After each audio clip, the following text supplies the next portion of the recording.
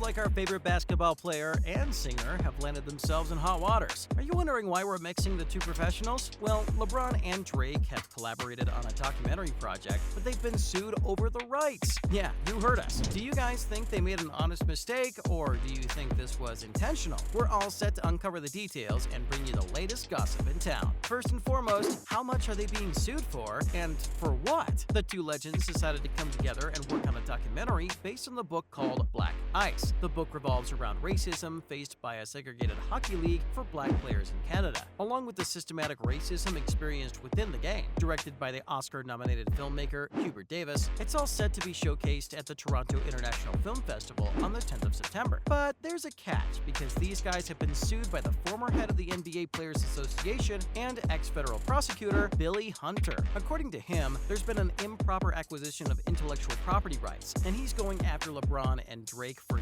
$10 million.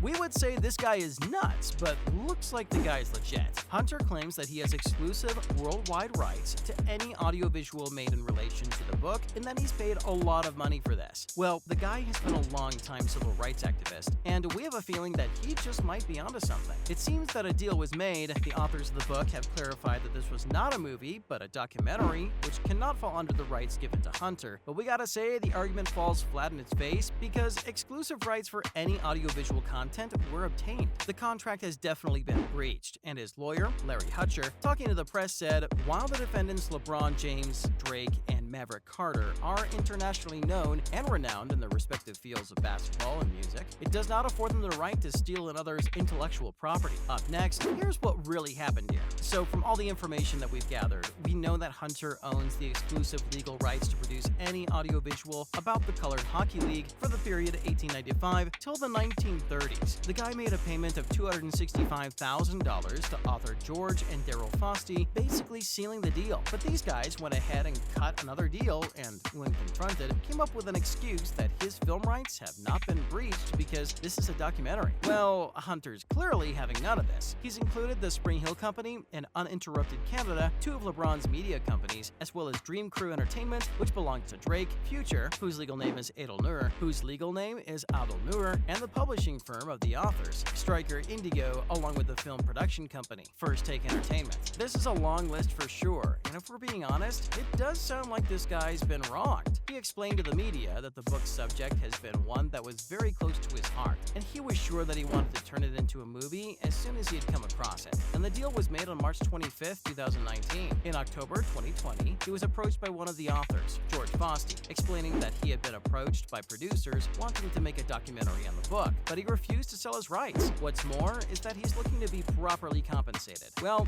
he's an ex-federal prosecutor, and if we're being real, the deal these superstars made looks pretty shady. In the lawsuit, Billy has clearly accused LeBron's company, Uninterrupted, of offering $100,000 to get the already optioned rights for the documentary, and also agreed to pay 3% of the total budget to the authors. What he's basically saying is that everyone involved bribed their way through this, and now he needs to be compensated. Billy Hunter wants $10 million in damages, along with shares from the profit that the documentary makes. He says that he had sent the breach of contract letter to all the defendants on November 1st last year, when he had heard about Drake producing the film. Try as we might, we can't defend this one. It seems like a deliberate attempt to undermine Hunter, and what he has to say about this makes a lot of sense. He thinks that these guys never thought that he'll come after them, and that they were banking on him to go away. Well, we guess the lawsuit just proves them wrong, and we're sure that they wouldn't want a project that has cost them so much to be shelved. And to be honest, we couldn't have asked for a better team to collaborate with such an important film. It checks all the boxes to raise awareness about a social issue that affects an entire community of people, and with the star power that these two have, this would be an epic hit. And we guess that's what Billy's banking on. Let's look at what Drake and LeBron has to say.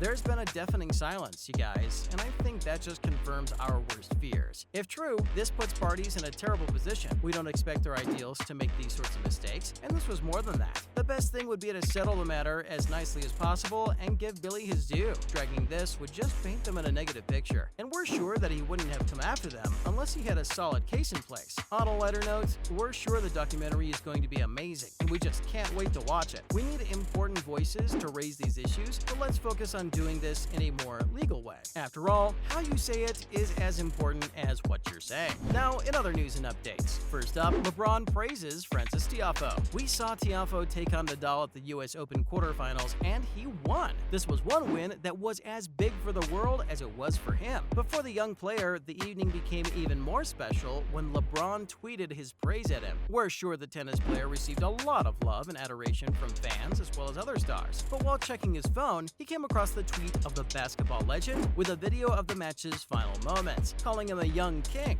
and how he had earned it. The match was pretty intense, and there's no doubt that Francis was at the top of his game. But what did a tweet from the LeBron James feel like? Well, the way he describes it, man, I was losing it in the locker room. And to be completely honest, so would we if we were him. Also, we've to say that this was a pretty sweet thing to do. Young players need all the confidence they can get, and reaching out to appreciate a good game is always the right thing to do.